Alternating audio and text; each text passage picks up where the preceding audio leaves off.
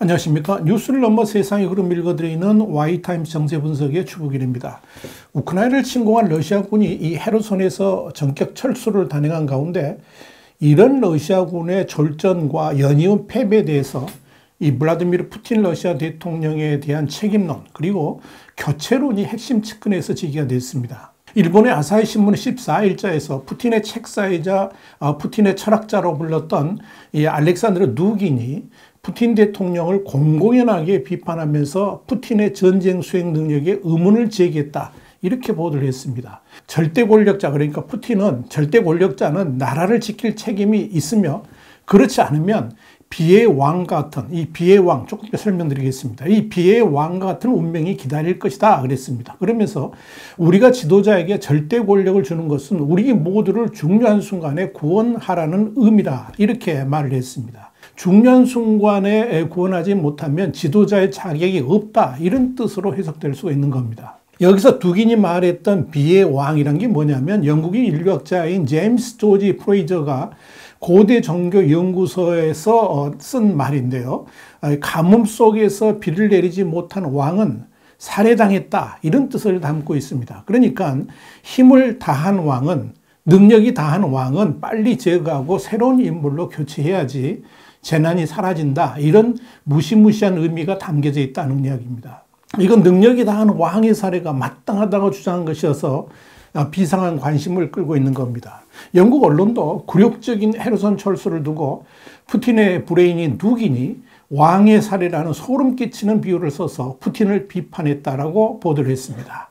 이 푸틴에 대한 누긴의 발언이 중요한 의미를 갖는 이유는 우선 극우 사상가인 누긴이 철저한 푸틴의 신봉자였고 심지어 푸틴에게 러시아 제국의 부활을 강조하면서 우크라이나 침공에 명분을 제공한 유라시아니즘의 창시자라는 점입니다. 이 때문에 일각에서는 우크라이나 전쟁의 기획자다 이렇게 부르기도 합니다. 자, 이런 이유 때문에 푸틴과 두긴의 관계는 절대적으로 밀착됐다라고 볼 수가 있죠.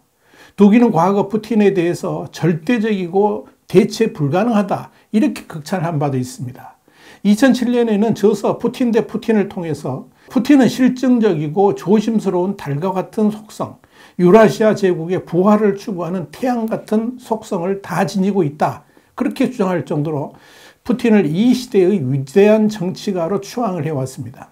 이런 사상 탓에 두긴은 우크라이나의 제1의 적으로 꼽혀왔었죠. 지난 8월 20일에는 이 러시아 수도 모스크바에서 두긴의 딸 나리아 두기나가 자신의 차량을 운전하던 중에 폭발사고로 숨졌습니다. 이 사건은 사실 두긴을 살해하려는 의도로 기획됐던 것으로 보입니다. 이에 러시아 연방보안국은 이 두기나의 차량에 폭발물을 설치한 용의자로 우크라이나 비밀 요원을 지목했습니다. 그러나 당시 우크라이나는 강력하게 부인을 했습니다만 미국 정부 당국은 이 사건의 배후에 우크라이나에 있음을 확인한 바 있습니다.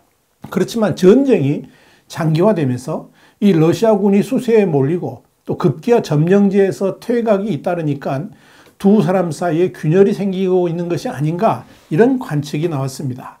그러나 두긴의 이런 주장이 러시아 내부에서 일파만파 파문이 확산되니까 두긴은 현지 시간으로 13일 밤늦게 자신의 텔레그램을 통해서 푸틴에 대한 비난을 거두고 푸틴에 대한 지원을 약속했습니다.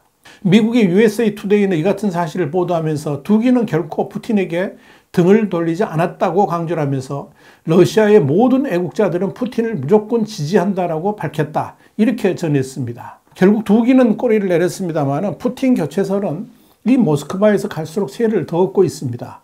미국의 뉴욕타임스도 지난 14일자에서 러시아가 헤르손에서 굴욕적인 후퇴를 한 이후 그동안 금기시되어 왔던 푸틴에 대한 날카로운 비판들이 번물 터지듯 이어지고 있다고 보도를 했습니다. 뉴욕타임즈에 이어서 러시아 내부의 소셜미디어에서는 지난 9월 우크라이나 점령지 4곳에 대한 주민투표의 진위 여부까지 의심하는 등 파문이 확산되고 있다 그랬습니다. 그러면서 헤르손을 장악한 우크라이나군에 대한 주민들이 열렬히 환영하는 그 모습, 그게 러시아 국민들에게는 충격을 줬다 이렇게 보도를 한 겁니다. 뉴욕타임스는 심지어 러시아 의회의 공산당 일부에서는 헤르손 철수 명령에 대해서 국방부에 설명을 요구했고 집권 러시아 연합도 헤르손 철수에 대해서 강한 불만을 가지고 있다고 밝혔습니다. 이와 관련해서 정치 분석가인 막심 트루돌포프는 이 뉴욕타임스에 푸틴의 상황은 확실히 악화되고 있다 이렇게 진단했습니다. 현재 러시아의 고위 관료들과 국영 매체들은 이 헤르손에서의 철수에 대해서 일시적인 전술적 조치이고 러시아에 의한 영토 병합은 여전히 유효하다 이런 주장을 이어가고 있지만 과연 이런 주장이 이 러시아 국민들에게 얼마나 신뢰성을 줄 수 있을지는 미지수입니다. 이런 현실을 반영해 주는 것이 러시아 내의 지역 언론들에서 나오는 반응입니다. 러시아 남부 지역의 한 지방 언론은 크렘린이 헤르손 철수를 2차 세계대전 당시 나치 독일을 물리칠 때 이 스탈린그라드를 수비하던 소련군이 볼가강을 건너서 전략적 후퇴를 했던 것과 비교를 하면서 당위성을 설명하고 있지만 헤르손에서의 항복은 이와는 완전히 다르다라고 반박을 했습니다. 또한 뉴욕타임즈는 국영TV에서 크렘린 입장을 적극적으로 전달하는 정치 분석가 블라디미르 솔로비오프가 자신의 토크쇼에서 헤르손 철수를 적극 옹호하는 발언을 하다가 입장이 궁했는지 갑자기 우크라이나를 무장시킨 서방 진영을 비난했고 이어서 일부 러시아군의 무능과 비겁함을 질타하는 등 1분 넘게 횡설수설해서 주목을 끌기도 했다. 이런 보도를 했습니다. 또한 다른 TV 채널인 이 라이바르는 이 헤르손 철수에 대해서 변명을 하다가 결국 국민이 보기에 헤르손 철수는 분명한 패배이고 확실한 영토 상실이라 이렇게 말하기도 했습니다. 러시아 내의 독립신문인 네자비시마야 가제타는 이 사설을 통해서 푸틴 대통령이 결정한 것은 논의 대상이 아니긴 하지만 푸틴이 실수를 할 수도 있다는 사실을 인정해야 된다 그랬습니다. 그러면서 문제는 그런 실수를 바로잡을 수 있는 메커니즘이 없다는 것이 문제다 이렇게 꼬집었습니다. 아사히 신문도 미국 싱크탱크인 전쟁연구소 ISW를 인용해서 러시아 국영TV 진행자가 헤르손 철수와 관련해서 무능한 러시아 당국자의 해고를 요구하고 있다 그랬습니다. 그러면서 이 러시아 군사 블로거 중에서도 이번 철수를 국가에 대한 배신 행위로 보는 움직임이 있다라고 보도를 했습니다. 이런 흐름에 대해서 뉴욕타임스는 지난 2월 우크라이나 침공 이후에 러시아군이 함락시킨 유일한 지역 수도인 헤르손에 대한 통제력의 상실은 러시아에게 엄청난 타격임은 분명하다라고 정리를 했습니다. 자, 여러분 이렇게 푸틴에 대한 비판이 격렬해지고 있는 가운데 우크라이나는 푸틴 제거를 부추기고 있습니다. 푸틴을 제거하면 우크라이나와 러시아가 평화롭게 공존할 수 있다는 취지로 선전활동을 하고 있다 하는 그런 이야기입니다. 영국의 텔레그라프는 지난 3일 영국 주재 우크라이나 대사인 바딤 프리스타이코하고의 인터뷰를 통해서 러시아가 푸틴을 제거한다면 러시아는 좋은 사람들이 되어서 우크라이나와 평화롭게 살 수 있을 것이다 이렇게 주장했다라고 보도를 했습니다. 프리스타이코 대사는 이어서 지금 우크라이나는 러시아 국민과 싸우는 것이 아니라 푸틴이라는 독재자와 싸우고 있는 것이라 그러면서 우리는 푸틴을 권력에서 몰아낼 의도를 가지고 있지는 않지만 러시아 국민은 푸틴을 권좌에서 물러나게 할 수 있다 이렇게 주장을 했습니다.